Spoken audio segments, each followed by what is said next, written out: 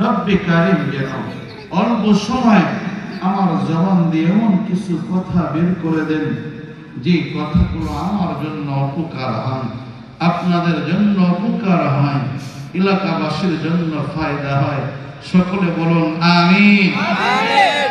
তেলাওয়াতকৃত আয়াতের মধ্যে আল্লাহ পাক রব্বুল আলামিন বলেন, ওয়াল্লাযীনা আমানু আশাদ্দু হুব্বান লিল্লাহ, যারা ঈমানদার তারা আল্লাহ পাক রব্বুল আলামিনকে সবচেয়ে বেশি ভালোবাসে। সুবহানাল্লাহ।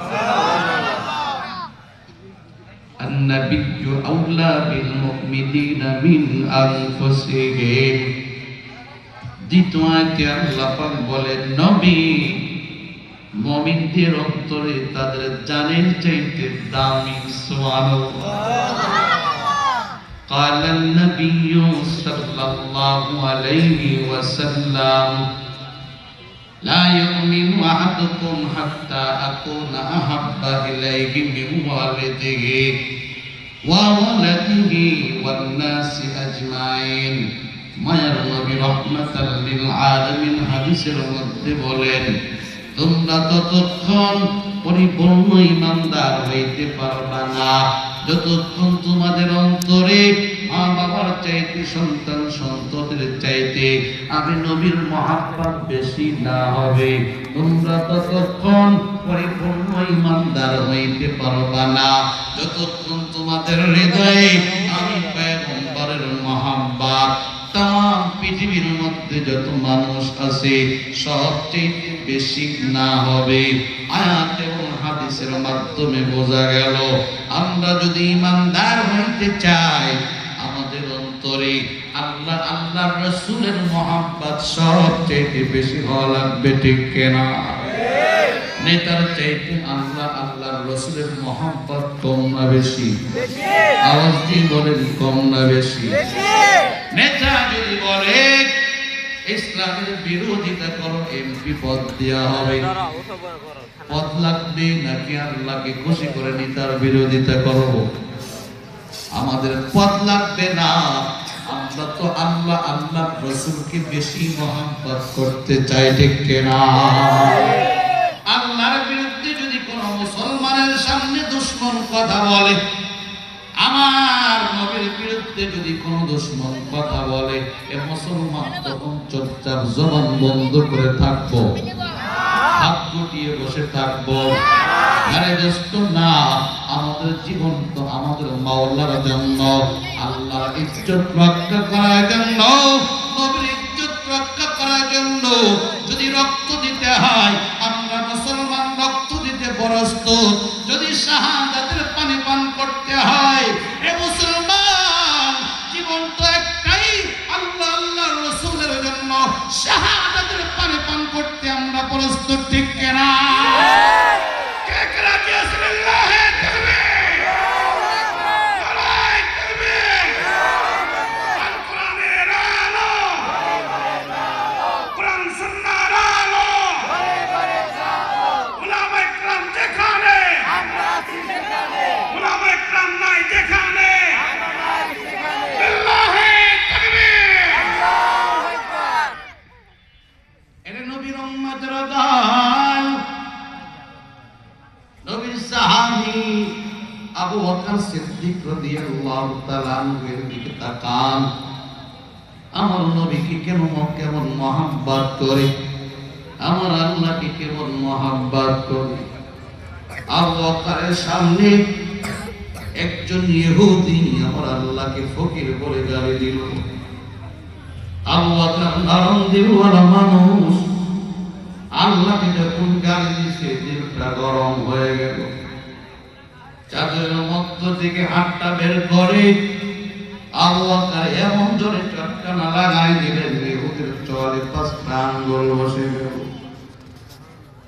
ইহুদি ডাক দিয়ে বলে, আবু বকর তুমি তো নরম দিলওয়ালা মানুষ, তোমার নবী জানাইছেন আরহামু উম্মতি বিউম্মতি আবু বকর, আমার উম্মতের মধ্যে আবু বকর সবচেয়ে নরম দিলওয়ালা।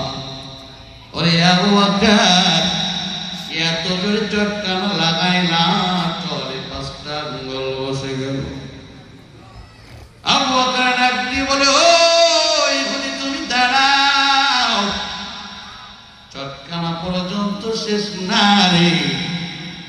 আবু বকর তোর কাল্লাটা উড়াই দিব। আমি আবু বকরকে যদি গালি দাও, আমি আবু বকর মাফ করে দেই, কিছুই বলি না। আমি আবু বকরকে যদি চটকানা লাগাও, আমি আবু বকর পাল্টা প্রতিশোধ নেব না। কিন্তু আমার সামনে আমার আল্লাহকে গালি দিবে, আমার নবীর বিরুদ্ধে কথা বলবে, আমি আবু বকর মনটাকে মানাইতে পারি না। কারণ ইহুদি সরো, আমি আবু বকর আল্লাহর রাসূলকে নিজের জীবনের চাইতে বেশি মহব্বত করি। সুবহানাল্লাহ। এই ইহুদি তুমি দাঁড়াও, আমি আবু বকর কাল্লাটা উড়ায় আমার মাওলাকে খুশি করায় দেই। ইহুদি দেখে ভাবসা বড় খারাপ, এক দৌড় দিয়া পয়গম্বরের দরবারে হাজির হয়ে গেল। নবী হে, তাকায় দেখেন আপনার আবু বকর চটকানা লাগায়া ৪-৫টা আঙ্গুল বসায় দিল। বিচার চাই, বিচার চাই, আবু বকরের বিচার চাই। মায়ের নবী ডাক দিয়ে বলে, ইহুদি ভাই, এটা তো আবু বকরের কাজ না, এটা তো হযরত ওমরের কাজ। আবু বকর নরম দিলওয়ালা, হযরত ওমর গরম দিলওয়ালা। আবু বকর এমনটি করতে পারে না। দেখতে হয়তো তুমি ভুল করেছো, ভালো করে দেখে আসো। ইহুদি বলে, না পয়গম্বর, আপনারা আবু বকর কেউ চিনি, হযরত ওমর কেউ আমি চিনি। চটকানাটা হযরত আবু বকর লাগাইছি, ভালো করে দেখেছি, আর দেখা লাগবে না। এমন সময় আবু বকর দৌড়ায় নবীর সামনে হাজির। মায়ার নবী ডাক দিয়ে বলে, আবু বকর, তোমার বিরুদ্ধে বিচার দায়ের হলো, তুমি নাকি ওদিকে চটকানা লাগাইছো। আবু বকর বলে, ঠিক পয়গম্বর, আমি ওদিকে চটকানা লাগাইছি। মায়ার নবী ডাক দিয়ে বলে, আবু বকর, তুমি তো নরম দিলওয়ালা, তোমার দ্বারা তো এটা সম্ভব হয় না। আবু বকর বলে, পয়গম্বর, লাগাইলাম শুনবেন না? মায়ার নবী বলে, অবশ্যই শুনবো, কারণটা তুমি বলো। আবু বকর ডাক দিয়ে বলে, পয়গম্বর, ওই ইহুদি আমার আল্লাহকে ফকির বলে গালি দিয়েছে। আমি আবু বকরকে যদি গালি দিত, আমি আবু বকর মাফ করে দিতাম। আমার আব্বা আম্মাকে যদি গালি দিত, আমি প্রতিশোধ দিতাম না, মাফ করে দিতাম। নবী হে, আমার সামনে আমার আল্লাহকে গালি দিবে, আমি আবু বকর সহ্য করতে পারি না। কারণ যে পয়গম্বর, আমি আবু বকর আমার জীবনের চাইতে আমার মাওলাকে বেশি মহব্বত করি। সুবহানাল্লাহ। মায়ার নবী ডাকতে বলি, ইহুদি ভাই, আসলে কি তুমি আর ওনাকে গালি দিয়েছো? ইহুদি স্বীকার করে ফেললো, না পয়গম্বর, আমি গালি দেই নাই, আপনার আবু বকর মিথ্যা কথা বলে দিয়েছি। নবী জানেন আবু বকর মিথ্যা বলতে পারে না, তারপরও দুনিয়ার হিসাব। ডাকতে বলে, আবু বকর, তোমার ইহুদি অস্বীকার করে ফেললো, সে নাকি আল্লাহকে গালি দেয় নাই, তুমি বলছো গালি দিয়েছ। বাহ্যিক বিচার হবে, তোমার পক্ষে সাক্ষী পেশ করা লাগবে। ইহুদি গালি দিয়েছে, ভিন্ন কেউ যদি শুনে থাকে, সাক্ষী হিসেবে নিয়ে আসো, অন্যথায় তোমার বিরুদ্ধে বিচার দায়ের হবে, তোমার বিরুদ্ধে ফয়সালাটা চলে যাবে। ইহুদি তোমার চলে চটকানা লাগায় দেবে। আবু বকর ডাক দিয়ে বলে, পয়গম্বর, আমার পক্ষে কোনো মানুষ নাই। কারণ ইহুদি যখন গালি দিল, আমি আর ইহুদি দুজন ছিলাম, কিন্তু কোনো বান্দা ছিল না, তাকে আমি সাক্ষী হিসেবে পেশ করব। মায়ের নবী ডাক দিয়ে বলে, আবু বকর, সাক্ষী যদি পেশ না করতে পারো, ইহুদি তোমাকে এখন চটকানা লাগায় দেবে। আবু বকর বলে, পয়গম্বর, আল্লাহ আল্লাহ রাসূলের জন্য চটকানা খাইতে রাজি, কোনো অসুবিধা নাই, ফয়সালাটা তার পক্ষে দিয়ে দিবেন। ইহুদি মনে মনে খুশি, হাতটা গোছাইতেছে। মায়ার নবী হুকুম করার সাথে সাথে এমন জোরে চটকানা লাগায় দেব, আবু বকরের চলে ৫টা আঙ্গুল বসে যাবে। আমার আল্লাহ জিবরাইলকে ডাক দিয়ে বলে, জিবরাইল যাও, আমার নবীকে জানায় দাও, আমার পয়গম্বর আবু বকরের বিরুদ্ধে যেন ফয়সালাটা না করে রে।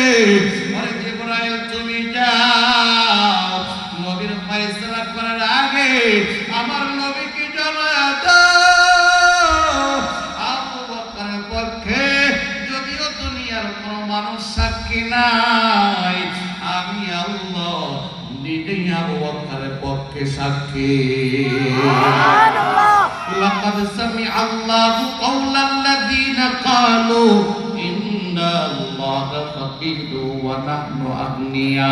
আয়াত নাযিল হয়ে গেল।